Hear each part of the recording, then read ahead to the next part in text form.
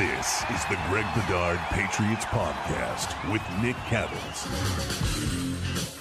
Drake Maye was talking to the media after the practice, and he said that Vrabel has established that if his players don't do the right things consistently, there will be consequences. Did you ever get that feeling, Greg, from last year's coaching staff that was the case?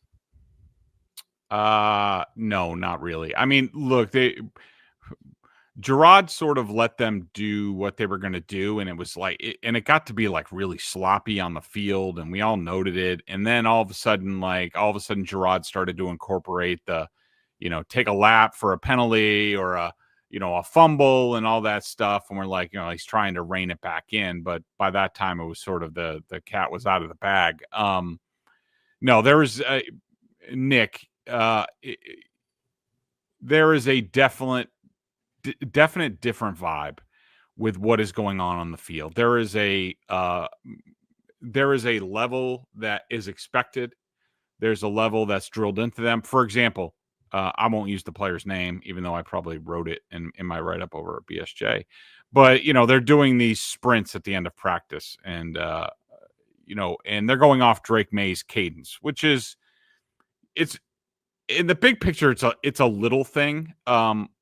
I like it. It's the stuff that I would do as a coach, because to me, you can't do the big things unless you do the little things right. And, it's a little bit empowering Drake Maye, but it's a lot of it is about just making sure everyone's accountable to each other. And today, one player, when Drake Maye called out the cadence, jumped off sides, and Vrabel's like, well, there's two more. And that kind of stuff, and meaning two more sprints that they were going to have to run because somebody went off sides. That kind of stuff did not go on last year. And Nick, you could just tell, I can't wait for people to get to training camp and see it for themselves. But it's just a complete 180 from where they were last year. And it's palpable. You can hear it. You can feel it. You can see it in the players. You can see it with the urgency. You can see the way they execute. And I'm sure we're going to talk about that, but it's night and day really compared to where they were last year. You did write the player's name down in your report that I read. So I might look, I'll just say it because it was there. And actually there were fans. There were some fans in the stands, probably sponsors or whatever. So it was Layden Robinson. And from what I heard, that's not a surprise. And he wasn't the only guy. There was number 98 went offsides during Jeremiah Farms went offsides, and during an 11-on-11, and Vrabel told him to move the ball up 5 yards. Anthony Jennings was asking Vrabel what the deal is. And Vrabel's like, he went offsides. Stop screwing around. Let's get with it. And so that stuff is going on all the time. All right. So from what I gather, reading your report on BSJ and also looking at the Twitter timeline, seems like Drake Maye had a good day. True or false? He did. It's really, I would say, an efficient day. I think my final numbers, and I'm sure other people have different numbers, but I had him for overall 13 of 17, 3 touchdowns. Those were all during the red zone period. So what they did was they had two sort of regular full field 11-on-11. I think that was first and second downs. Then they had 2 periods of red zone work. And I would say overall between Maye and Dobbs, I don't really count the other guy, Woolridge. And he didn't get many snaps today. But I would say that Maye was very efficient. Not a whole lot of stuff down the field. It's not like it's Air Coryell out there or anything like that.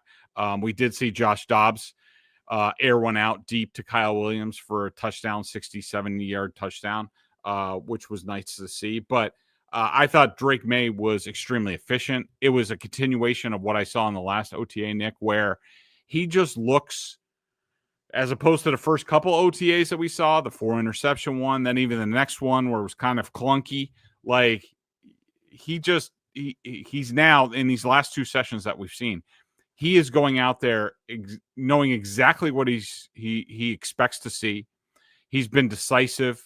Not saying it's perfect all the time. He had a throw in the left flat, I think, to Travion Henderson, where it was sort of a continuation of his poor footwork, where he was going to go maybe to like a Hunter Henry sort of in the left seam, but it wasn't there. And then instead of like getting his feet right and throwing to the left flat, he just sort of like flung it out there and he turfed it. It wasn't a pretty pass, but for the most part, he knows, he seems very much in control at the line of scrimmage with what Josh is putting on his plate, making adjustments, calling out the mic, seeing the defense, knowing where his outlets are going to be, and being very decisive. And to the point, it's just like we talked about last OTA, Nick, where I'm no longer like noticing the hitch. I'm sure it's there, but the way it's coming out, and that's when I can tell Drake feels good and he's being decisive, because I don't notice it anymore. And that's what we continue to see from him.